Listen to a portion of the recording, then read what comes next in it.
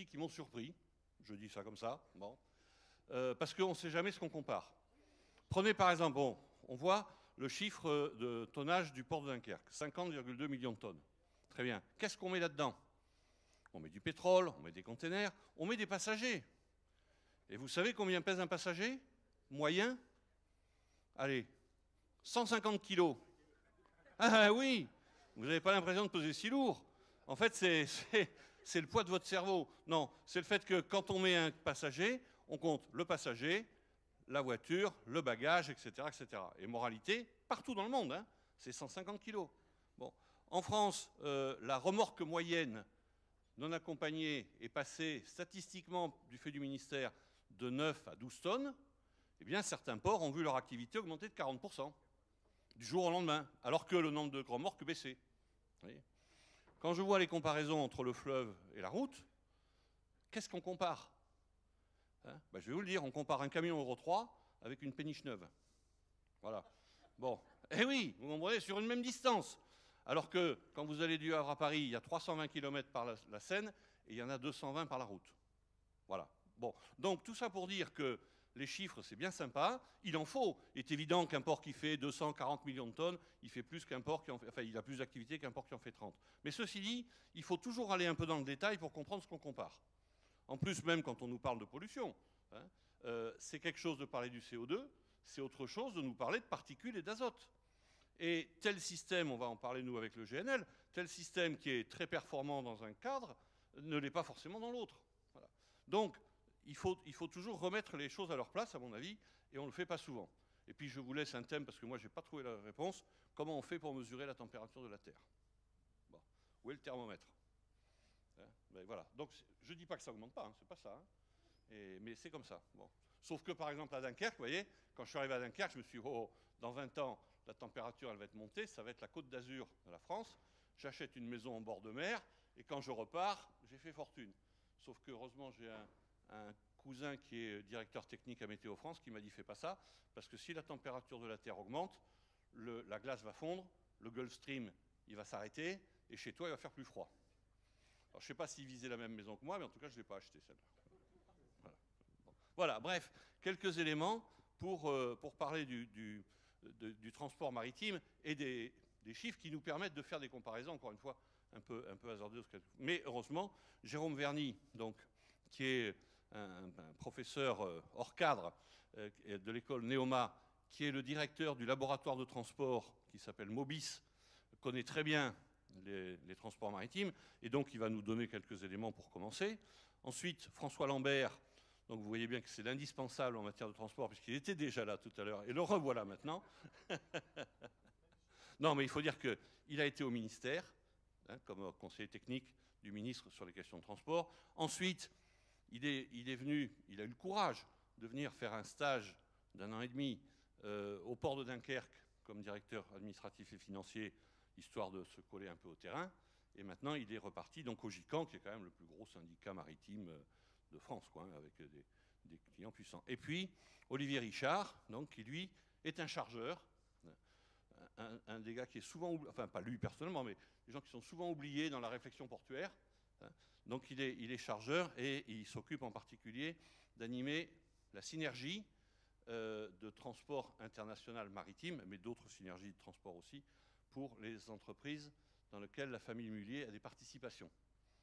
Donc vous connaissez peut-être tous la famille Mullier, une famille de petits commerçants locaux qui a bien prospéré, qui sont maintenant 1000 personnes, hein, c'est 1000 personnes, bon, et donc qui sont majoritaires ou pas d'ailleurs dans certaines enseignes, mais bref, Auchan, Leroy Merlin, Decathlon, Norauto, Kiabi, Jules, enfin bref, ça fait 320 entreprises en total, 8% du commerce français, du commerce de détail. Voilà. Et donc c'est évidemment un élément de poids et un atout pour les Hauts-de-France, puisqu'ils sont tous à Lille, hein, autour de Lille. Voilà. Donc voilà, je plante un peu le décor. On va laisser la parole d'abord à Jérôme Verny, qui va nous brosser un peu le paysage du commerce maritime international. Je te laisse la parole.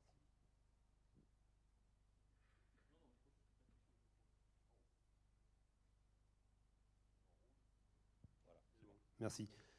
Merci François. Alors, J'avais préparé 6 pages de chiffres, mais vu ce que vient de dire François, je vais m'arrêter à deux dates, ça sera suffisant, sinon c'est trop risqué. Surtout, François nous a prévenu hier à 23 h de ce qu'il fallait dire à l'instant.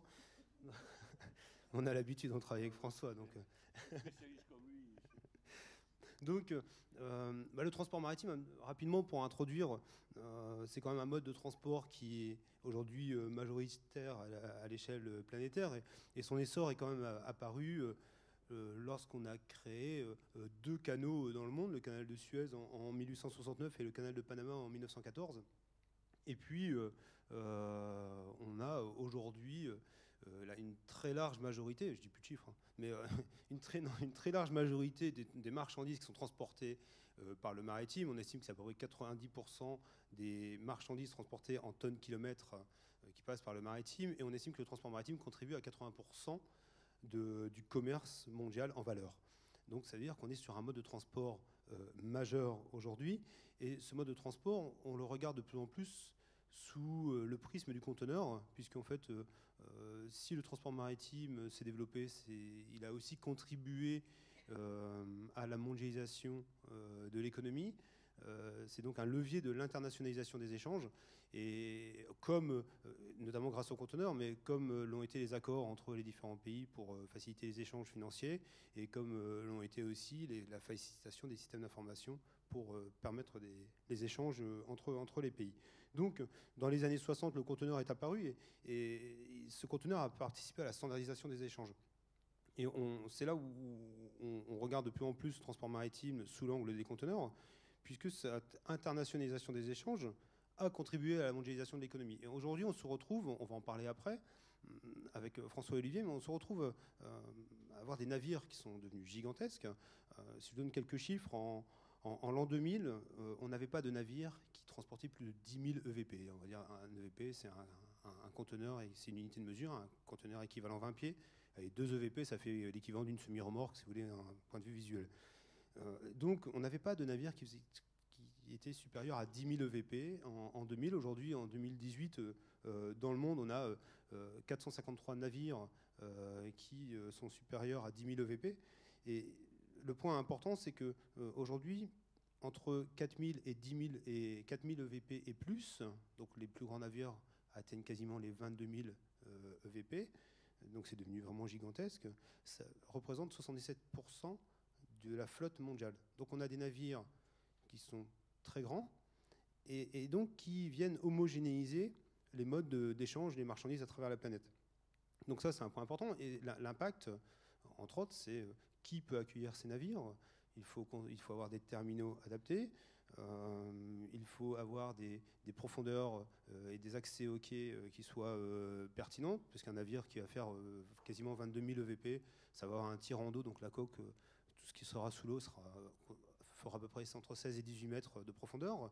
Un navire qui fait 400 mètres de long, qui fait quasiment 60 mètres de large. Donc on est sur des vrais mastodontes, et aujourd'hui on doit se pencher sur l'innovation sur les navires, puisque ces navires, en fait, on commence à regarder aussi le transport maritime avec ce prisme, comme peut l'avoir E5T, sous l'angle environnemental. Et donc, aujourd'hui, en Europe, c'est plus de 90% des émissions de CO2 sont faites par la route. C'est logique aussi, mais voilà, si on rapporte le transport maritime et les émissions de CO2 à l'EVP, on estime qu'effectivement, le fait d'avoir une massification exceptionnelle sur un navire, les émissions de CO2 pour un seul conteneur sont quasiment ridicules. Donc on pourrait considérer que c'est un mode de transport propre en soi. Mais c'est un mode de transport qui est massif, mais qui nécessite quand même beaucoup d'innovation. Et je pense que ça, c'est un point qui est extrêmement important aujourd'hui. Peut-être juste en introduction, et après je réagirai si tu veux.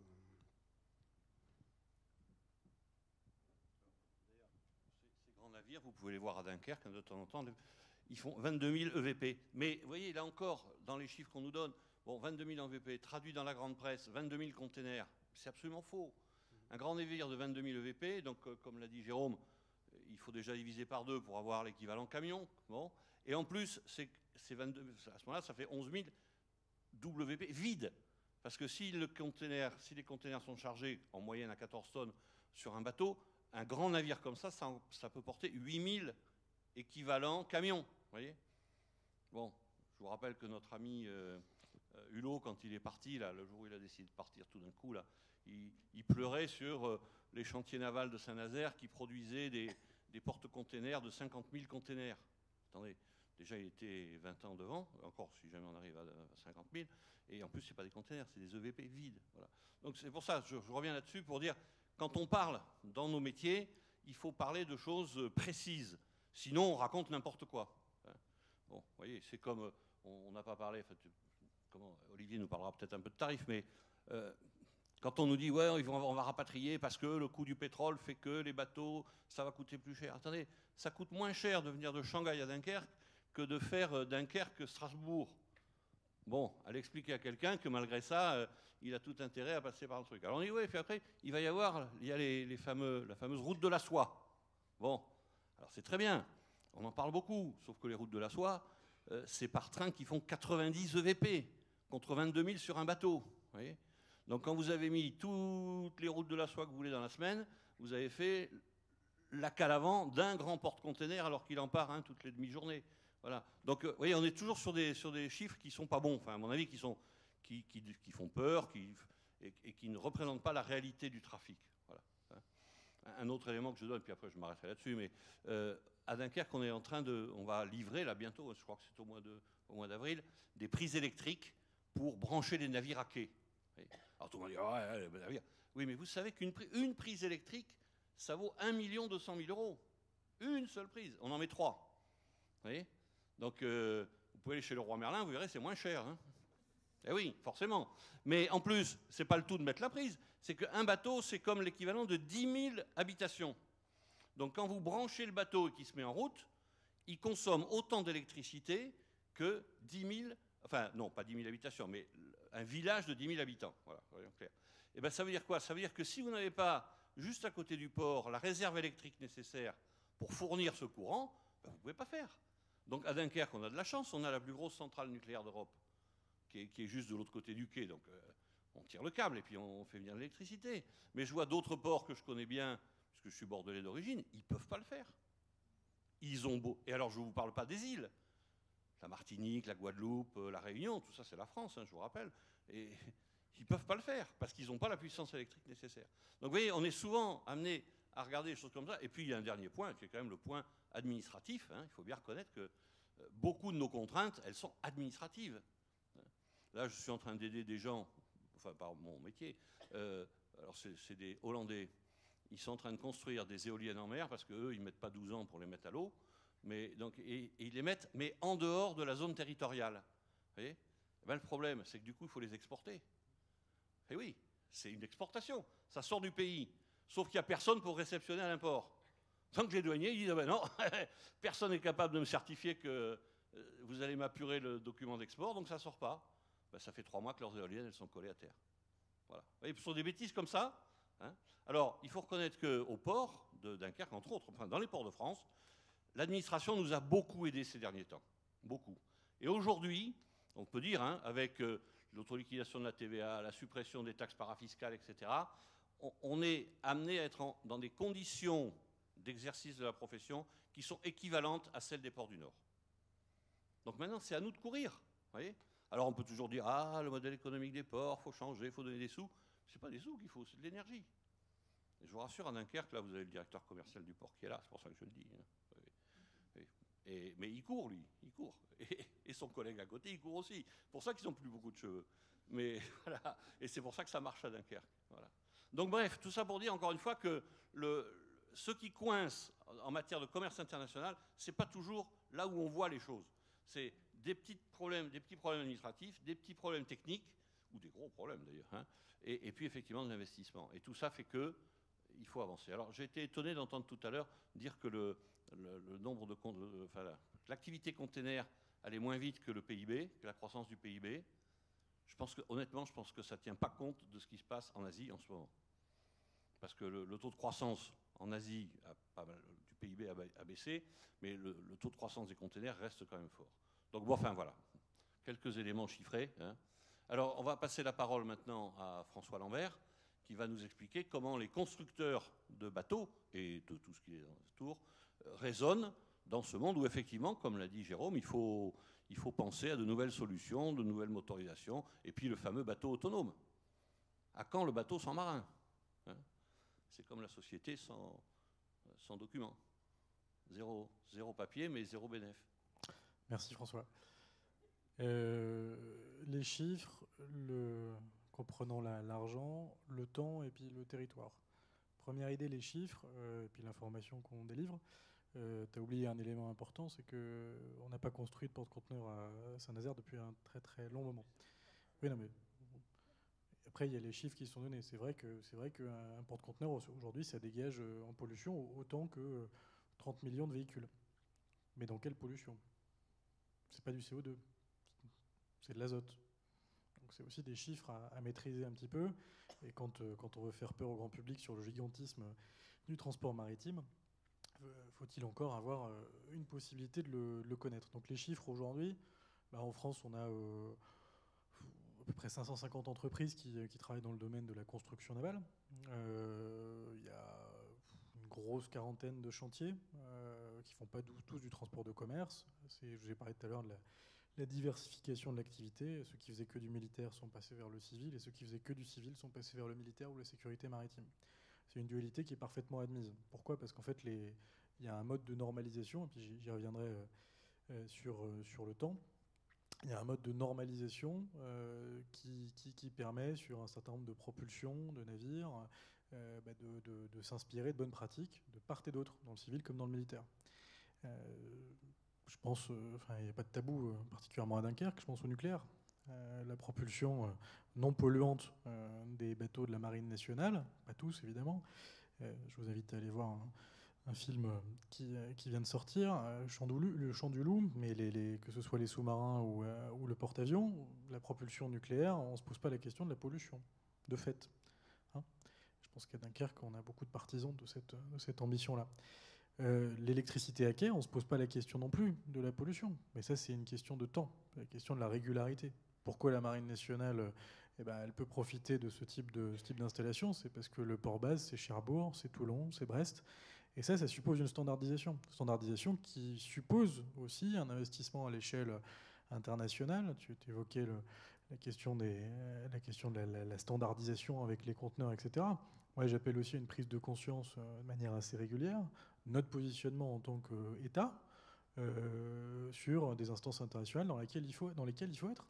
À l'Organisation maritime internationale, on y est. On a un ambassadeur, très bien. On a un conseiller maritime qui est en plus quelqu'un de mon corps d'origine, donc je respecte ça éminemment. Par contre, on n'est pas forcément dans toutes les réunions de standardisation de l'ISO, de l'AFNOR, etc. J'ai souhaité qu'on puisse accueillir une réunion de ce type-là il y a peu de temps sur le GNL, sous-comité numéro 8 du groupe 34, enfin je sais pas quoi. La langue officielle, c'était pas l'anglais, hein. C'était le coréen.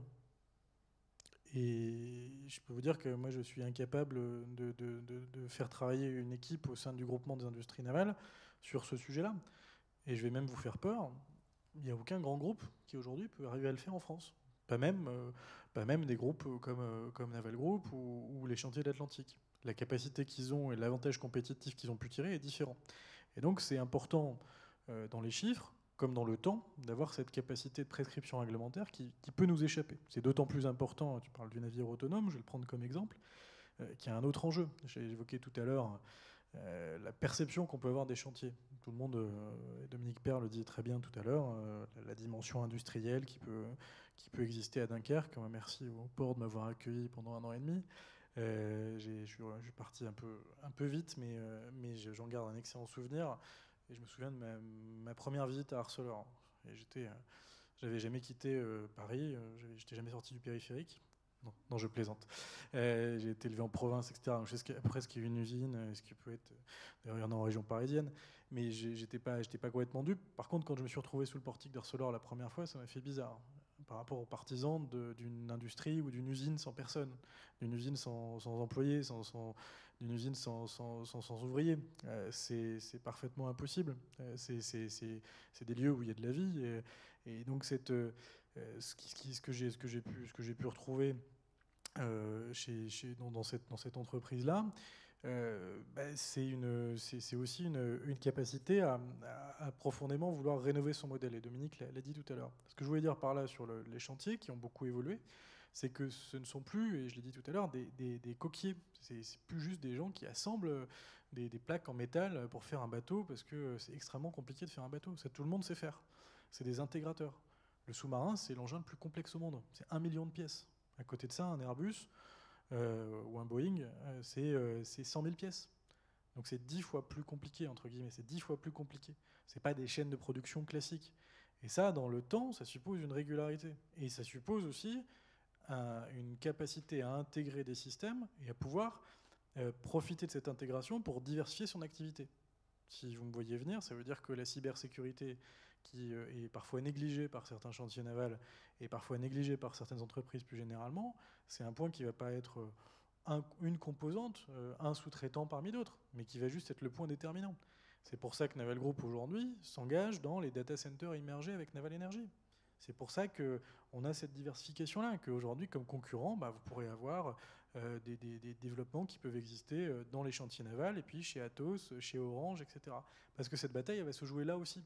Elle va se jouer dans ce temps-là aussi, cette capacité à pouvoir non pas maîtriser la technicité du navire autonome ou du drone de surface, sur lequel d'ailleurs, je n'ai toujours pas compris les différences juridiques qui peuvent exister entre les deux, mais prescription réglementaire, et capacité à maîtriser la technologie, à pouvoir l'intégrer suffisamment en amont pour avoir l'avantage compétitif dans ce qui nous permettra de canaliser la chaîne. Et puis le territoire. Territoire, parce que moi, je l'ai à peine évoqué tout à l'heure, mais je pense que ça fait partie, tout ça, d'une logique territoriale parfaitement, qui n'est pas parfaitement assumée à ce stade, où les collectivités, l'État, les entreprises devraient pouvoir mieux s'entendre sur ce à quoi sert un port, ce à quoi sert la mer. Aujourd'hui, si on n'a pas un objectif dans le temps, c'est-à-dire une logique de plan, moi je me définis comme un nostalgique du plan. J'ai fait mes études après démarrage de la décentralisation, j'ai appris ce que c'était que la DATAR comme tout le monde, mais on est à la recherche finalement d'un plan. Et aujourd'hui, l'établissement public qui est le port, particulièrement le port de Dunkerque, c'est vrai, parce que c'est un très beau territoire d'expérimentation, c'est finalement l'aboutissement de la décentralisation. Parce qu'on est sur un établissement public dans lequel on croise les différentes stratégies territoriales. Celle de l'État, celle de la région, celle de la CUD, celle des différentes villes. Et le petit jeu, c'est d'arriver à standardiser suffisamment, c'est-à-dire à pouvoir offrir, comme offreur de services, Daniel, Yvan le savent, tu le sais aussi François, arriver à pouvoir se différencier dans un monde où tout change beaucoup trop vite et où il faut faire savoir qu'on est un architecte de solutions logistiques. C'est plus du tout le même métier qu'un port autrefois. C'est plus du tout être un chargeur uniquement, être capable de dire on a telle fréquence, etc. Non, parce que demain ce sera, et je suis désolé de le dire, et je me suis pas fâché pour autant avec les dockers, mais ce sera sans doute une voie vers l'automatisation. Et puis tu as raison, des navires sans bateau, oui, c'est ce qui nous guette. Mais il faut se garder de tout ça pour pas que ça arrive trop vite, pour pas que la transition ce soit une révolution, pour permettre d'accompagner ce changement et pour pouvoir créer d'autres types de métiers, et créer d'autres types de valeurs. Mais cette évolution territoriale, elle est juste indispensable. C'est arriver à pouvoir, non pas gouverner la mer, appréhender la mer, c'est arriver à pouvoir maîtriser ce flux, ce transport maritime international, national et international, en tirant profit à partir d'un territoire qui a compris, qui a entendu à l'échelle du temps, à l'échelle des chiffres, cette cohérence d'ensemble qui doit permettre de mieux appréhender ces défis. Si on parlait tu parles de plans, mais attends, ils viennent sortir les plans stratégiques de façade. Alors, je vous conseille, c'est sur Internet, vous pouvez y aller. C'est simple, il y a 4 façades françaises. Il y a la façade à Bière qui va de Dunkerque au Havre. Il y a la façade à Pinard qui va... Non, il y a la Cidre qui fait la Bretagne. Après, il y a le Pinard qui fait la Gascogne. Et puis le Pastis qui fait la Méditerranée. Voilà les 4 façades maritimes. Mais il y a les documents qui viennent de sortir, 1500 pages par façade. Donc si vous voulez avoir une idée de ce que la France prépare en matière maritime, vous avez 6000 pages à vous envoyer. Vous avez le week-end, il n'y a pas de souci. Et puis ça, c'est sans les... Comment ça s'appelle? C'est les SDAT ou les SADET ou les STRADET qui font eux-mêmes 1500 pages de plus. À la limite, peu importe, parce que c'est dans le cadre d'une stratégie nationale. Et oui, encore, mais à l'époque, c'était issu du Grenelle de la mer, il y avait une volonté d'avoir une stratégie nationale maritime et qui devait se décliner par façade. Le problème, c'est que ça a pris un temps inconsidéré, et que la concertation est une passion nationale, c'est encore d'actualité, et que cette passion nationale, elle a conduit à des documents d'une extrême complexité, alors que ce qui est demandé, et je pense que ce qu'on veut tous, et ce serait d'ailleurs la logique d'un projet stratégique dans un port, c'est d'arriver à une carte des vocations, la carte des vocations de ce qu'on fait. Dominique Père, une fois de plus, tout à l'heure l'a dit, à une époque, on a construit le port ouest pour Arcelor. À une époque, il y avait une opération d'aménagement. Le port était considéré comme un aménageur. La loi de 65, c'est l'autonomie des ports, d'accord. Les ports sont autonomes, youpi, ils sont plus à la main de je sais pas qui. Mais c'est surtout la capacité à aménager. C'est ce qu'on a fait sur certains territoires, comme la Guyane plus récemment.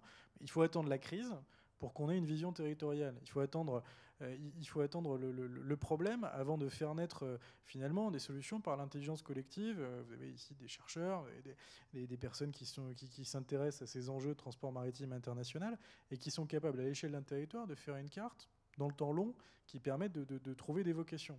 Appeler à côté de ça, avec cette carte, à une standardisation de certaines technos, tu parlais de l'électricité à quai, etc., on abaissera les coûts, et puis on favorisera la remontée de projets innovants dans le cadre d'une cohérence, là encore, des industriels qui doivent se prendre un petit peu par la main, éviter d'être concurrents plutôt à l'étranger, ou en France d'ailleurs, mais d'être concurrents tout le temps, et puis de travailler autour de grandes priorités qu'on ne remet pas en cause tous les 4 matins au prétexte d'une héroïsation d'une vie politique ou d'une personne qui aurait trouvé la technologie du siècle. Enfin, je veux dire, quand je parlais du navire autonome et du drone de surface, ça fait 10 ans qu'on entend parler, il y a des projets qui se ressemblent, mais il y a le même problème qu'a Jean-Luc Stanek de tunnels de cache et d'incapacité de financement. Parce que, alors que la BPI, une nouvelle fois, moi j'ai vu le directeur qui m'a confirmé qu'il y avait une volonté de s'intéresser au maritime.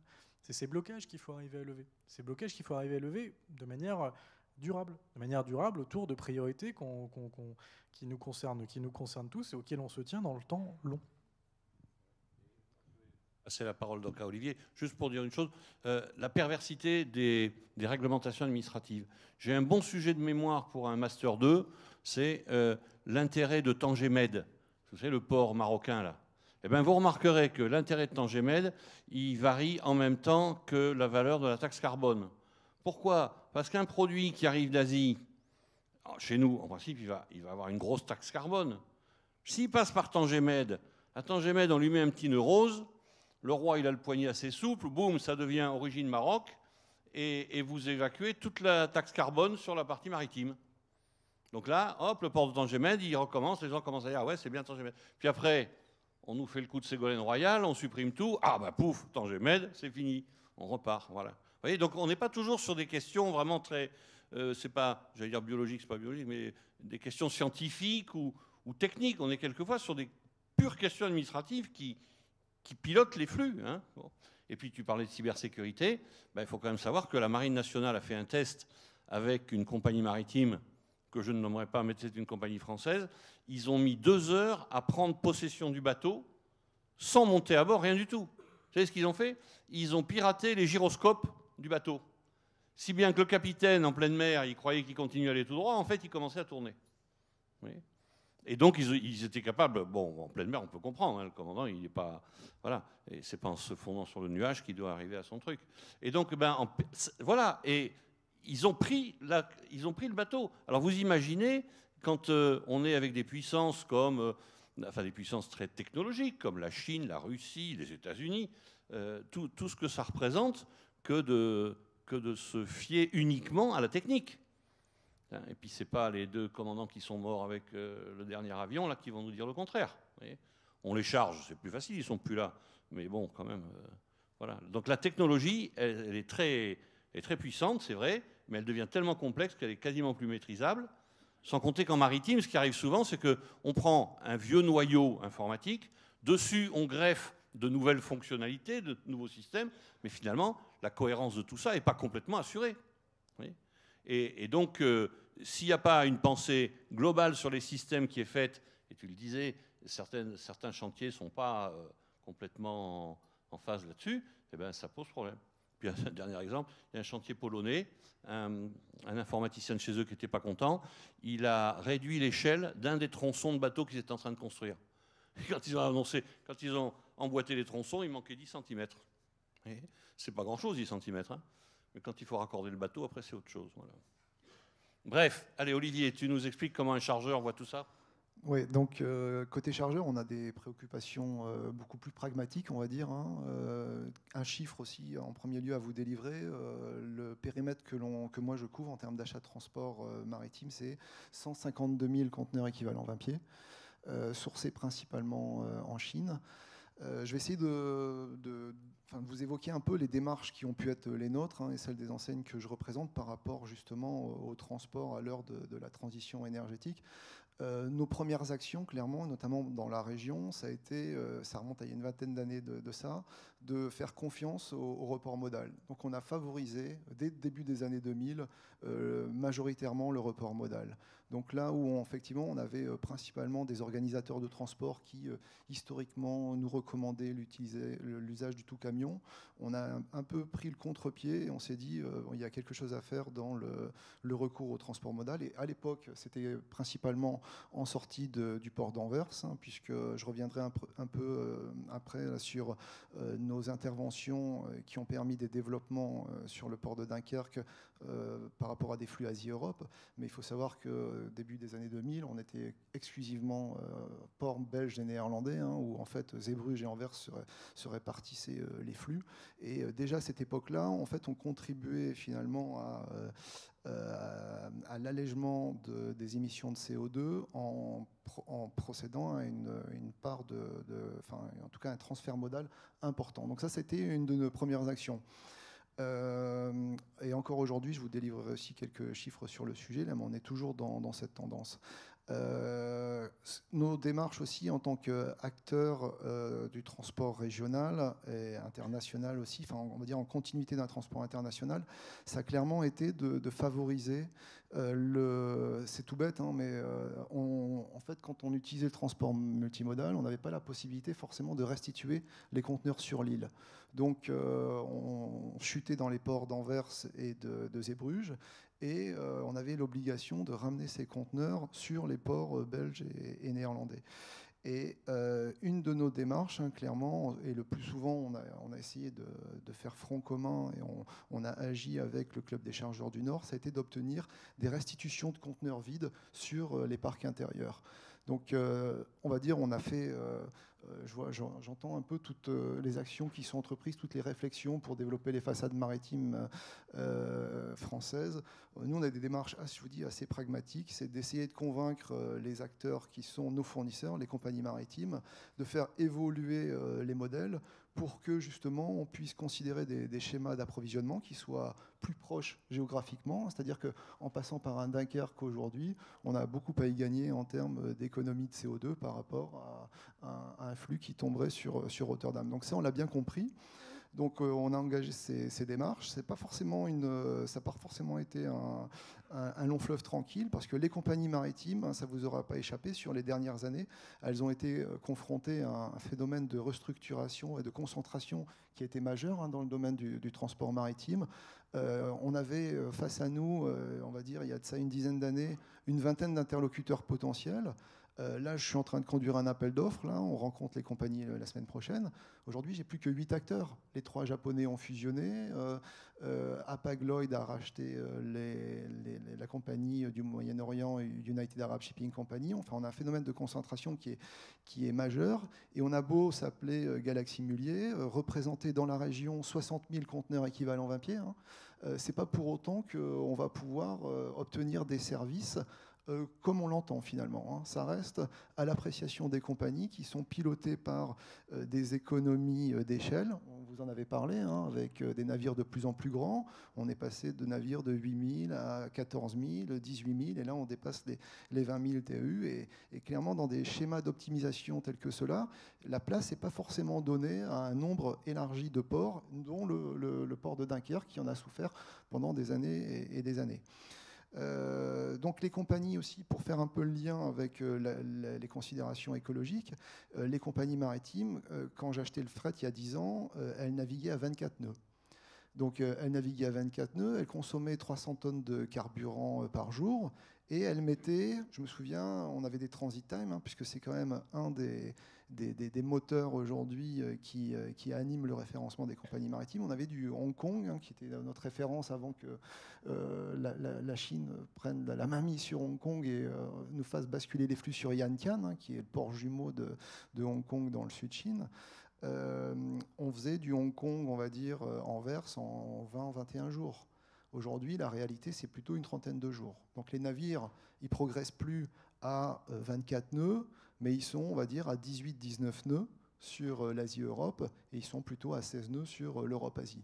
Donc ça, nous, en tant que chargeurs, c'était des éléments à prendre en considération, parce que quand on est dans des entreprises de distribution, et notamment dans le domaine textile, ce qu'on appelle le fast fashion, ça reste une réalité, puisqu'il y a des acteurs, notamment comme Zara en Espagne, qui ont bâti des modèles sur de la réactivité, des collections rapides tous les 15 jours, etc. Et moi, j'ai des enseignes qui peuvent composer avec des délais plus longs, mais aussi d'autres qui ont dû finalement intégrer cette dimension du rallongement des délais.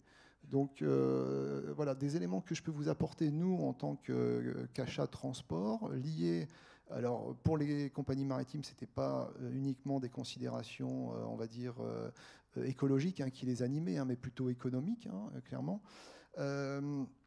Un autre point que je peux évoquer avec vous, là, puisque c'est notre grosse actualité du moment là, dans le cadre de la négociation des conditions 2019, c'est la mise en œuvre de IMO 2020, International Maritime Organization, régulation horizon 2020, 1er janvier 2020, où les compagnies maritimes ont pour obligation d'utiliser un carburant, donc pour les connaisseurs, le IFO 380, qui a une teneur en soufre à 3,5%, et qui, à horizon 1er janvier 2020, va passer à 0,5% de contenance en soufre. D'où une incertitude à l'heure qu'il est, en ce qui nous concerne, puisque d'un côté, du diesel marin qui est déjà utilisé dans la zone CECA, Sulfur Emission Control Area, donc la fameuse ligne droite là, entre la Cornouaille et la Bretagne, jusqu'au fond de la Baltique, donc qui les oblige déjà à avoir 2 réservoirs. Et nous, là, cette incertitude dans le domaine de l'achat sur le coût auquel va pouvoir être renégocié ce carburant à horizon 1 an. Donc on compose également avec ces contraintes. Voilà, si vous voulez, pour de manière assez simple, vous illustrer dans une problématique achat, quelles ont été, là, sur ces dernières années, les difficultés, ou en tout cas les chantiers qu'on a dû travailler. Et donc, pour compléter ce que disait Olivier, en fait, pour bien comprendre, en fait, on est passé du sud de la Chine à l'Europe, et notamment au port de la Northern d'une vingtaine de jours à une trentaine de jours.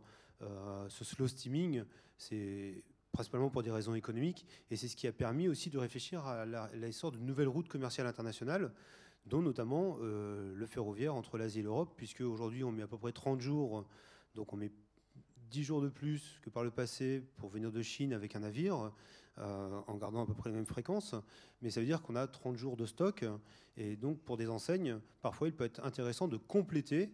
Ça ne vaudra jamais, comme l'a dit François tout à l'heure, un train entre l'Asie et l'Europe, même s'il est tout à fait ponctuel, alors qu'il a fait plus de 10 000 km, eh bien, d'ailleurs, il est plus ponctuel sur l'Asie-Europe qu'il ne l'est en France pour le fret, et c'est une réalité. Oui, tout à fait. Et bien, aujourd'hui, ce train va mettre entre 15 et 18 jours. Donc, si votre train a mis 18 jours pour venir de Chine, par la mer, vous avez mis 30 jours, vous avez gagné 12 jours de stock. Donc, ça peut devenir intéressant aussi pour des chargeurs de diversifier leur mode de transport de manière peut-être ponctuelle pour certains produits pour lesquels ils estiment qu'il y a une valeur intéressante. Ce n'est pas nécessairement un produit à forte valeur, mais ça dépend de la valeur du produit dans la chaîne globale. Donc, ça, c'est un point important. Qui est en train d'émerger aujourd'hui. Juste une petite illustration, je vous donne un chiffre en ce qui nous concerne. On a démarré le TCE, le train Chine-Europe, là, il y a 3 ans de ça maintenant, en référençant un prestataire, donc un transitaire français, là, basé à Lyon, qui opère pour notre compte des consolidations, donc multi-enseignes, désormais avec plusieurs départs par semaine. Sur l'année 2018, on a réalisé 27 000 mètres cubes. Donc c'est l'équivalent quand même de 1000 conteneurs équivalent 20 pieds qui ont été faits sur cette route de la soie entre Wuhan puis Yiwu et Dourges via Duisbourg. Donc, et parallèlement, ça entraînait quoi? Ça entraînait la baisse d'à peu près 20 à 25% de notre trafic aérien. Puisqu'on est passé, je vous dis, on est passé largement de 16 000 à 13 000, un peu moins de 13 000 tonnes d'aérien. En fait, le train, finalement, entre la Chine et l'Europe, il est concurrent, enfin, c'est un bon concurrent de l'avion, beaucoup plus que concurrent du bateau. D'abord parce qu'il coûte beaucoup plus cher. Et ensuite, comme l'a dit Jérôme, le train, c'est quand même... Ouais, c'est 13 jours de roulage, mais le temps de consolidation au départ, plus le temps de déconsolidation à l'arrivée, on est autour de 18 jours. En fait, ça nous amène à 25 jours. Ouais, les mesures que l'on bon. fait de Shanghai sur, on va dire, une prestation door-to-door, remise CFS, donc les centres de consolidation en Asie, jusque rendu en entrepôt sur l'île ou Dourges, on est en moyenne à 25 jours qui sont tenus, sauf, on va dire aléas classiques ou travaux à Malazewicz en Pologne ou des choses comme ça. Et pour vous donner un ordre, une comparaison de tarifs, on va être sur du... on va dire 25 cents du kilo transporté en bateau, 1 euro du kilo en train et à peu près 2,50 € en avion. Voilà, sachant que l'avion, c'est quand même le délai moyen, c'est 7 jours. Parce qu'évidemment, l'avion, il ne vole pas 7 jours. Mais entre la mise à disposition à l'aéroport de départ, plus la déconsolidation à l'aéroport d'arrivée, à Roissy, le temps moyen de sortie d'une marchandise, c'est 40 heures. Je ne vous parle pas de la Grande-Bretagne, là, mais comme il y a le consul, je ne dis pas trop, mais enfin, Grande-Bretagne, c'est plus de 50 heures. Donc, on a 7 jours pour l'avion, on a 25 jours pour le train, et on a, 35 jours, 40 jours pour le... 40 jours pour le bateau. 40 jours pour le bateau, voilà. Alors moi, je trouve d'ailleurs qu'il manque un module au milieu, parce que vous avez le train de fret. Ah, vous savez d'ailleurs, parce qu'on ne l'a jamais dit, mais il faut le dire ici, Dunkerque est le seul port de France où le report modal est supérieur à 50%. Ce qui m'a permis de dire à la ministre un jour, qui me disait « Oui, il faudrait doubler le report modal ». Je lui ai dit « Madame, je ne pourrais pas le faire ». Oui, pourquoi je ne pourrais pas faire? Je suis à 51%. Voilà. Bon. Bref. Alors que la moyenne nationale est à 17,5, il faut le dire. Bon. Voilà. Grâce à ArcelorMittal, entre autres, qui fait beaucoup de wagons. Bref. Du coup, je me permets de rebondir là-dessus. C'est d'autant plus intéressant de voir le phénomène de concentration dont tu parles, qui est connu des alliances maritimes en matière de transport maritime, qui vient être précisé par des concentrations nouvelles avec des logisticiens. L'intérêt que CMS-CGM peut porter aujourd'hui à CEVA, il est déterminant dans la politique multimodale qui peut être mise en œuvre. Parce que le grand rêve de François pourrait être réalisé, on pourra payer moins cher entre Dunkerque et Strasbourg qu'entre Shanghai et Dunkerque. C'est une aberration mentale, mais c'est aussi le fait, c'est le poids de l'histoire avec l'impossibilité de ces réseaux de transport et de cette logistique qui n'a pas été pensée au départ pour absorber les flux arrivant en Est-Ouest. Et on est là avec cette nouvelle étape de la mondialisation par rapport à ces concentrations qui ne doit pas être perturbante, qui doit être vécue comme une opportunité. Un autre exemple, pour sortir un peu de Dunkerque, le port du Havre, sur sa politique tarifaire, depuis des années, met en place un système de greenwashing, en quelque sorte.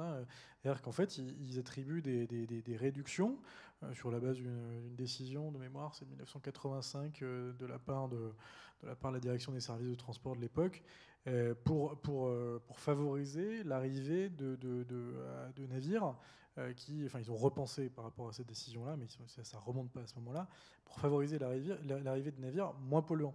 Est-ce qui peut être pris en compte dans une politique tarifaire? Faut-il encore se donner les moyens de cette politique tarifaire? Or, la politique tarifaire, pour ceux qui ont déjà pratiqué la matière, c'est quand même suffisamment rébarbatif c'est quand même... Il faut dire ce que c'est quand même très très chiant à établir. Ça passe par un conseil de développement, un conseil de surveillance, un accord du commissaire de gouvernement, avant ça une publication, etc. etc. C'est quand même très très très très lourd. Alors que si on avait une conduite nationale disant voilà, vous abaissez de temps les émissions. On parlait de CO2, tu évoquais les zones CK sur le SOx. Il y a aussi les NOx avec l'azote, le CO2. La France est extrêmement volontariste à l'échelle de l'Organisation maritime internationale. Mais ça, en fait, c'est aussi arriver à croiser la vision de la direction des affaires maritimes, qui est au 23e étage à la tour Sequoia de la Défense, et la vision de la direction des services de transport, qui est au 24e étage à la tour Sequoia de la Défense. Parce que c'est deux politiques publiques qui ne sont pas forcément, qui n'arrivent pas suffisamment à se croiser. Et ça, c'est un vrai sujet. Parce que notre vision à l'OMI, on la consolide plutôt en tant que transport maritime qu'en tant que port. Et c'est une nouvelle fois, je crois, une vision territoriale qui doit ressortir, avec une appropriation de l'enjeu maritime dans son ensemble autour de ces grands critères et qui devraient mieux transparaître dans la politique tarifaire des ports. Et ça n'était une nouvelle fois qu'une illustration. Et moi, je pense qu'il manque un mode de transport dans le monde. Parce que, vous voyez, le train, bon, alors, le train, il y a plusieurs trains. Mais le train diffus, vous savez, la vitesse moyenne de déplacement d'un wagon de marchandises en France, je ne le devrinerai pas, 19 à l'heure. 19 à l'heure, ça va moins vite qu'une mobilette. Alors, c'est pas parce que le train, il roule à 19 à l'heure. C'est parce qu'il se gare tellement souvent pour laisser passer un TER, un TGV, enfin un TGV quand il n'est pas sur la ligne TGV, mais un train plus rapide que la vitesse moyenne, c'est 19 à l'heure. Après, vous avez le camion, bah, c'est grosso modo, c'est du 60 à l'heure. Vous avez le bateau, c'est donc du 18 nœuds, donc ça fait du 35 à l'heure, mais 24 heures sur 24. Et vous avez l'avion, certes, on est entre 700 et 800 à l'heure, mais entre le temps de démarrage, comme on l'a dit, et le temps d'arrivée, ça fait beaucoup moins. Et donc, il manque, à mon avis, un mode de transport qui permettrait de transporter 5 à 600 tonnes à 120 à l'heure. Et je veux dire, ça existe. C'est le ballon. Le Zeppelin. Zeppelin. Et en fait, oui, je vous assure. Et les ballons, bon, ils ont disparu parce qu'ils étaient gonflés à l'hydrogène et que c'était un peu dangereux. Et puis après, on les a gonflés à l'hélium. Le problème de l'hélium, c'est que c'est un gaz très léger et qu'on n'avait pas les matières d'enveloppe qui permettaient de conserver cet hélium assez longtemps. Or, l'hélium, ça coûte cher. Or, depuis quelques années, l'industrie textile est capable de sortir des textiles qui sont suffisamment denses ou peu poreux, qui font qu'au lieu de changer le volume tous les mois, on est capable maintenant de faire des ballons dont on change le volume que tous les ans. Vous voyez ? Bon, mais vous voyez, un ballon avec 600 tonnes à l'élingue, là, et qui fait du 120 à l'heure, ça serait super. Il vaudrait mieux se pousser quand il passe, mais bon, voilà. Et vous savez qui c'est qui freine en France ? Vous ne le devinerez pas, c'est la douane et la gendarmerie. Parce qu'ils ont peur que ces trucs-là, ils se posent n'importe où sans leur dire qui s'est posé. Voilà. Bon, mais ça va arriver, ça va arriver. Alors les Russes, ils ont plutôt des lentilles, les Allemands, c'est des cigares, et nous, c'est des saucisses. Mais donc, je vois bien une saucisse lentille dans quelques temps qui nous permettrait de porter les 600 tonnes.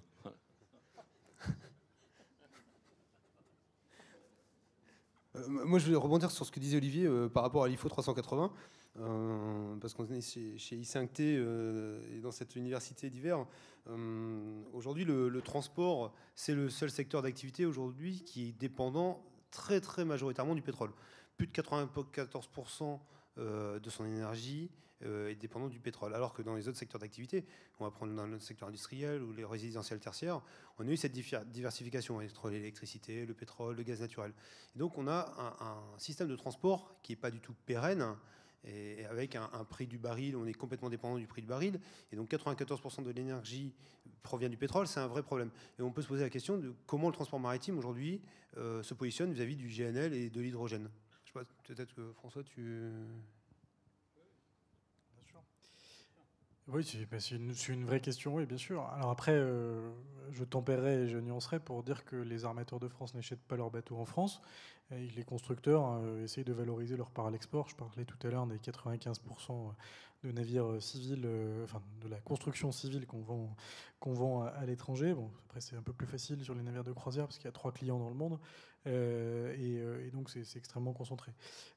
Donc, voilà, c'est un peu le paradoxe. Pour autant, il n'y a pas que les chantiers, il y a aussi les équipementiers. Il y a énormément d'entreprises qui aujourd'hui travaillent là-dessus, qui travaillent d'ailleurs in situ. Je pense à GTT avec leur implantation historique en Corée. Je pense évidemment à SMS-CGM sur la partie transport maritime, qui a pris cette préoccupation bien à cœur sur les dernières annonces pour la Chine.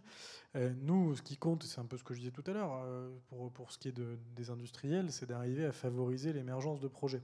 Et que ces projets, ils rencontrent des guichets de financement pour sortir de ces difficultés à porter l'innovation et pour éviter que les projets émergents ils soient bloqués par un banquier qui ne prend pas en compte la réalité du risque industriel qu'en fait un innovateur est en train de prendre. Alors voilà, c'est ce qu'on appelle l'innovation de rupture, c'est ce qui peut promouvoir des technologies. Je parlais d'Internet tout à l'heure, de la DARPA, voilà, tout ça est connu. Donc on s'engage, nous, autour de feuilles de route, les feuilles de route Smart Ship, donc le navire intelligent. Tu parlais de navire autonome tout à l'heure.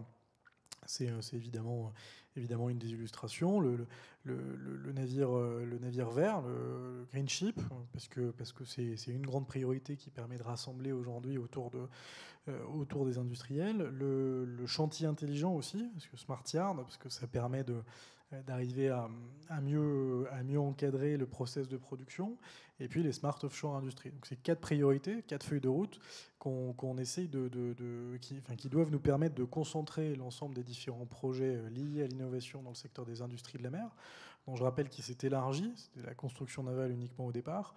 On a élargi au nautisme, aux énergies marines et à l'offshore pétrolier et gazier pour permettre de recouvrir, au sens du Conseil national de l'industrie, la filière, ce qu'on appelle la filière des industriels de la mer. Donc on a lancé un appel à projets innovants, ou un appel à remontée de projets. Et moi j'invite tout le monde, Jean-Luc, comme toutes les personnes qui portent, Charles tout à l'heure, là, qui portent des projets, à pouvoir déposer leurs projets pour qu'on ait un volume de financement global. Et dans ce volume de financement global, j'espère bien qu'on arrivera à nourrir cette feuille de route du Green Ship autour de projets qui sont liés à l'hydrogène, à la pile à combustible, c'est absolument indispensable. Au GNL, c'est pas disruptif, pour reprendre un mot à la mode, pas disruptif, mais n'empêche que le GNL aujourd'hui, tout le monde ne s'équipe pas. Dunkerque a fait un pari qui est très audacieux, qui n'avait pas été fait dans les années 60, qui a conduit à la construction du terminal à Montoire. Merci au patron de l'époque de la Datar. Cette création, cette opportunité pour arriver à développer les trafics et diversifier le mix énergétique, elle doit s'accompagner d'une politique d'innovation dans la continuité de l'innovation. C'est l'incrémentation, mais en définitive, on est là dans un modèle qui est extrêmement vertueux. Donc GNL, pile à combustible, propulsion vélique aussi, de fait. Il y a 5 ans, c'était du folklore. J'ai un copain sorti de Sciences Po qui m'a dit je vais me lancer là-dedans. Écoute, c'est bien pour les fêtes de l'été, les fêtes de la mer, etc. C'est très bien. Aujourd'hui, quand vous voyez le projet R6, on est quand même assez loin des bateaux de patrimoine. Ça permet une économie d'énergie qui est considérable. Mais ça veut dire qu'il faut repenser plein de choses. Il faut repenser le modèle de formation des officiers de la marine marchande. Il faut repenser les développements technologiques de certains bateaux, de fait. Il faut repenser les transit time dont tu parlais tout à l'heure, etc., etc. Et ça, c'est une adaptation du transport maritime qui s'est faite dans les chiffres que tu donnais, qui sont des bons chiffres. C'était fait un peu à défaut, c'est-à-dire les coûts de fret étaient tellement bas à une époque qu'il a fallu à un moment trouver des solutions. Mais l'abaissement de la vitesse, c'est pas débile. Enfin, je veux dire, c'est même quand vous avez plus d'essence sur l'autoroute sur votre voiture, vous roulez pas à 130, 135. Vous roulez pas à cette vitesse. Vous roulez au minimum possible pour pouvoir atteindre la station-service. Là, c'est pareil. Moi, je pense que c'est une mesure de bon sens. Je me suis occupé de la SNCM quand j'étais au cabinet du ministre. C'est vrai que les points de vitesse, juste avant d'arriver au Cap Corse, quand on a commencé à les identifier et à en parler avec la compagnie, ils étaient un petit peu gênés aux entournures. Mais voilà, c'est autant de coûts qu'il faut arriver à limiter. Et aujourd'hui, je pense que les compagnies maritimes ont commencé à le faire. Il faut qu'elles puissent se rapprocher des industriels de la mer, dans le cadre notamment de cet appel à projet, parce qu'on a essayé de développer cette cohérence d'ensemble. Il faut qu'ils se rapprochent des industriels de la mer pour pouvoir développer des technologies, s'en servir, et puis promouvoir l'économie maritime dans son ensemble. Et derrière, si on accroche le territoire avec l'électricité à quai, comme le fait CMN à Marseille, je parlais du modèle Marine Nationale parce que je le connais bien, puis maintenant je le pratique suffisamment. Mais tout ça, c'est des habitudes, c'est de la régularité et c'est de la standardisation. Et une nouvelle fois, cette bataille, elle est aussi réglementaire. Et si on ne prend pas le dessus sur ce volet réglementaire, eh ben on va se faire mais laminer pour les 50 prochaines années. Et il sera impossible, non pas de reprendre le contrôle, mais d'imaginer espérer innover, je dis bien espérer innover, dans un horizon qui est pas 50 ans, mais qui est 30 ans et plus. Parce qu'on sera complètement dépassé par toutes ces technologies. Et on sera l'usine de l'Asie. Olivier, tu vas nous dire un mot sur l'accord dont on a entendu parler hier entre Ikea et CMA pour faire fonctionner les bateaux à l'huile de friture là. Je ne suis pas rentré dans le détail de l'article, mais effectivement, je pense qu'il y a un gros buzz d'IKEA sur le sujet qui va, a priori, les outbound containers, donc ils ne doivent pas être nombreux, hein, puisque Ikea est quand même principalement importateur. Donc si ça se limite au flux export d'IKEA en sortie de Rotterdam, à mon avis, les friteries belges ou néerlandaises permettront de pourvoir à l'exportation de ces conteneurs. Mais à mon avis, ça ira pas beaucoup plus loin. Mais en tout cas, le buzz est fait, quoi. Il va y avoir de la frite pas chère, si vous voulez mon avis. Parce que quand il va falloir mettre de l'huile de friture dans les soutes de bateaux, ça va faire drôle. Mais bon. En tout cas, nous, en tant que chargeurs, on a pris quand même conscience, là, puisqu'il y avait des engagements sur le report modal qui a été pris. Il y a cette évolution de la réglementation IMO 2020, on en a parlé, la réduction de la vitesse des navires, l'adaptation effectivement par rapport au transit time. Et depuis quelques années, on essaie quand même de faire prendre conscience à nos supply chain managers des émissions respectives des différents modes, sans rentrer dans la considération des SOx ou des NOx, hein, mais plutôt sur le CO2. Et désormais, dans chacun de nos appels d'offres, finalement, ça devient même un critère de choix. On a une colonne émissions de CO2 sur le trajet. Donc c'est le cas en avion. Hein. Donc moi je peux vous dire aujourd'hui, j'ai les chiffres en tête, c'est 6 kg de CO2 par kilogramme taxable pour un avion. Un train Chine-Europe, ça avoisine sur le leg, on va dire, donc sur le segment Wuhan, donc Shanghai jusque Lille, c'est à peu près 3 tonnes 800, 4 tonnes de CO2. Et en avion, si on voulait faire... Donc le parallèle, vous le faites, hein, puisque avec un navire, c'est environ 1 tonne 2, 1 tonne 3, en fonction des typologies de navires. Si on est sur des 15 000, des 18 000 ou des 22 000, et aussi de la vitesse de progression. Mais en tout cas, le service FAL 1 de CMA-CGM, aujourd'hui, il est assez fier d'annoncer 38 grammes de CO2 par TEU kilomètre. Donc charge à nous après de trouver aussi les bons facteurs d'émission à intégrer pour, en fonction des poids réels de nos marchandises, arriver à des mesures qui soient plus proches de la réalité que celles que propose l'ADEME, là, qui sont encore apparemment sur des considérations de navires de l'ordre de 8000 TEU, donc qui datent un peu et qui sont bien améliorés depuis. Oui. Et moi, j'ai fait faire au ministère une étude sur les haricots du Kenya. Pour leur montrer que les haricots du Kenya polluaient moins que les haricots de Bretagne. Alors, je faisais des bons comme ça. Mais c'est pas faux, je veux dire pourquoi. Quand vous revenez en avion de Madagascar, les soutes sont vides. Vous voyez, à l'aller, il y a des passagers pleins et les soutes sont pleines. Au retour, il y a beaucoup de passagers qui reviennent avec des bagages, mais les soutes sont quasiment vides. Donc quand il se pose au Kenya, l'avion, qui prend 25 tonnes de haricots pour repartir sur l'Europe, de manière marginale, la consommation supplémentaire de kérosène par kilo de haricots, c'est que dalle. Vous voyez, c'est que dalle. Et donc, quand vous comptez de manière marginale, encore une fois, bien sûr, le kilo de CO2 dépensé en venant du Kenya, eh ben, il y en a moins que le camion qui vient de Brest à Rungis. Vous voyez, bon. Alors, est-ce qu'il faut compter de manière marginale? Peut-être pas. Mais c'est quand même une vision réaliste de la chose. Hein. Parce que vous savez en plus que dans le fret avion, parce qu'on dit toujours « Ah ouais, mais les fruits qui viennent de loin, pourquoi ne pas prendre les pommes de Normandie plutôt que celles du Chili ?» Mais oui, mais en fait, il y a des soutes qui sont vides. Faire venir des litchis de Madagascar, ça coûte moins cher que de faire venir des fraises du Périgord. Parce que les compagnies aériennes sont prêtes à vous faire des tarifs extrêmement bas si vous avez un flux régulier qui leur permet de mettre du fret à bon marché, finalement, dans leur soute. Vous voyez.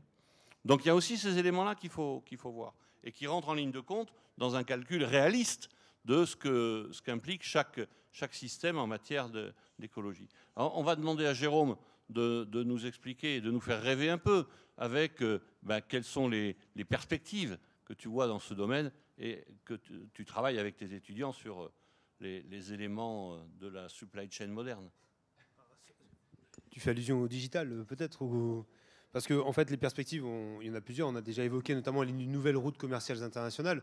On peut imaginer le transport par l'Arctique pour rapprocher l'Asie de l'Europe. Ça, c'est un élément, pour le moment, c'est plutôt un buzz et c'est pas applicable notamment pour les conteneurs. On parle beaucoup des conteneurs depuis tout à l'heure, mais il faut des lignes régulières. Aujourd'hui, on peut pas passer sur l'océan Arctique 12 mois sur 12, donc en fait, c'est pas possible aujourd'hui d'avoir du transport de conteneurs maritimes sur l'Arctique. Par contre, on peut imaginer que la digitalisation puisse être un élément. François parlait aussi tout à l'heure sur l'idée d'innover la digitalisation au service du maritime. On voit la possibilité de pouvoir tracer son conteneur, l'Internet des objets. On parle de blockchain. On voit les partenariats qui se mettent en place dans le maritime entre Maersk et IBM sur des blockchains afin d'optimiser la traçabilité, peut-être des intermédiaires, des acteurs dans la chaîne logistique globale, même si je pense qu'à mon avis, chaque acteur, même le commissionnaire de transport, le pauvre commissionnaire de transport, il est souvent en ce moment ciblé. Au fond, il apporte une valeur ajoutée dans l'organisation d'une chaîne logistique globale. Et donc, l'intelligence artificielle sont aussi des approches. Nous, aujourd'hui, dans le cadre de notre institut de recherche, on développe des projets internationaux, on porte des projets internationaux aussi sur le transport maritime. Et on a lancé un master qui s'appelle DISC, DISC, Digital Innovative Supply Chain, qui tourne à Paris. Et en fait, on s'intéresse à ces relations entre l'évolution du transport international et la digitalisation. Et on voit bien effectivement que l'intelligence artificielle va demain faire évoluer notre mode d'achat. Pour un acheteur, aujourd'hui on a SRS qui est ici sur la table ronde, eh bien, est-ce que demain l'intelligence artificielle va être un outil qui permettra de pouvoir acheter différemment grâce à des solutions proposées par des startups ou les blockchains. Alors après, c'est la difficulté des blockchains, c'est qu'elles sont encore aujourd'hui beaucoup dépendantes de petites sociétés. Donc en fait, en vérité, on n'a pas des intermédiaires puisqu'on se retrouve dépendant d'une startup laquelle, si elle disparaît, on est un peu embêté pour réussir à maintenir la blockchain de son propre flux. Mais on est un petit peu dans cette situation où on a beaucoup d'innovation. Alors, j'entends François qui dit au GICAN, effectivement, c'est très important d'innover, et puis il y a une partie réglementaire forte. Et là où il a complètement raison, c'est qu'il y a beaucoup de fonds aujourd'hui, notamment l'Europe, qui soutient beaucoup de projets sur notamment le transport maritime. Mais pas que, le transport ferroviaire, il y a des appels à projets à l'échelle de l'Union européenne qui sont très très importants sur l'impact de la digitalisation ou l'innovation. Si on ouvre une parenthèse, mais sur le ferroviaire, plutôt que de construire des contournements urbains avec un coût considérable avec des voies ferrées, eh bien, on est en train de se dire, mais au fond, on devrait peut-être faire plancher quelques startups sur avoir des meilleurs systèmes de freinage de train ou de roulement. Et donc, votre train pourra traverser les villes. Le train de marchandises traversera les villes la nuit sans trop gêner le voisinage. Plutôt que de faire un contournement ferroviaire qui va coûter des dizaines ou des centaines de millions d'euros, eh bien, on peut mettre peut-être quelques millions d'euros pour des startups qui vont pouvoir trouver des solutions pour améliorer le système de freinage ou de roulement des trains. Eh bien, on peut imaginer des choses. Et je pense que collectivement, en plus en France, on a eu cet écosystème qui a été porté ces dernières années à l'échelle du gouvernement pour promouvoir l'innovation et la R&D dans le monde du transport. Et je pense qu'on a vraiment beaucoup d'éléments à apporter collectivement. Ici, on a des étudiants qui sont présents. Ce sont eux demain qui vont pouvoir apporter ces nouvelles idées pour imaginer le transport maritime de demain. Moi, je souscris complètement à ce que tu dis. Avec un complément, je le disais tout à l'heure peut-être de manière trop elliptique, le Conseil national de l'industrie, ça peut paraître complètement déconnecté, théorique, etc. Mais c'est remis en place à compter de novembre 2017. Il y a aujourd'hui 18 filières qui existent. Et les 18 filières, pour avoir pratiqué ça du côté État, le pilotage par le ministre, ça correspond à une réunion par an dans laquelle le ministre découvre un petit peu le sujet, fait une grande annonce, et puis après, voilà. Mais là, les clés du camion ont été données aux industriels, qui s'organisent eux-mêmes pour faire remonter les projets. Évidemment, l'État est associé, les ministres sont là aussi, et ils peuvent valoriser aussi une politique d'ensemble. C'est ce qu'a fait Bruno Le Maire récemment avec les batteries, qui s'est exprimé également sur le diesel, dans le cadre du COMEX du Conseil national de l'industrie. Et je vous invite à regarder ça, parce que c'est assez intéressant comme redynamisation de la politique industrielle, non pas étatique, mais de la politique industrielle d'un État et qui associe les territoires. Parce que cette histoire du ferroviaire, c'est le lien qu'il peut y avoir entre les filières. Ça a l'air de rien comme ça, mais quand on parle juste des batteries, hein, l'option du tout électrique, là, vous entendez des candidats à la mairie de Paris, j'ai encore entendu ça ce matin, je suis pour le véhicule électrique, etc. Oui, moi aussi, bien sûr, mais ça suppose aussi des usines. Et c'est pour ça que j'ai tempéré la position de Naval Group tout à l'heure par rapport à ce qui est Naval Énergie pour ce qui est d'Open Hydro.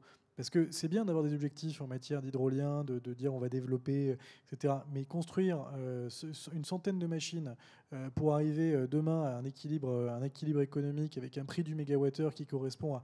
C'est extrêmement compliqué à faire. Et ça suppose une nouvelle fois une logique de planification. Et cette planification, sans revenir à... C'est pas l'Union soviétique, mais ça suppose une organisation d'ensemble. Et je crois vraiment que le Conseil national de l'industrie, pour peu qu'on y prête un petit peu attention, permet aujourd'hui aux industriels de pouvoir remettre un petit peu d'ordre dans tout ça, avec des freins réglementaires à lever, avec un lien à faire avec les innovateurs, etc. Merci. Il va être temps de conclure. Quand j'entendais Jérôme me parler des trains qui passent au milieu des villes, là, je me dis, ici à Dunkerque, on appelle ça les Pumas. Ce sont les projets utiles, mais ailleurs. Voilà. Tout le monde est d'accord en disant que ça ne soit pas devant chez lui, quoi. Bon, bref, voilà. Donc, écoutez, merci en tout cas pour ce que vous nous avez dit. Et puis, bonne continuation. Je laisse la parole à Myriam qui va faire la conclusion, je suppose. Oui, merci. Alors, merci à vous tous. Alors, je me suis demandé comment j'allais faire pour synthétiser tout ça et je viens de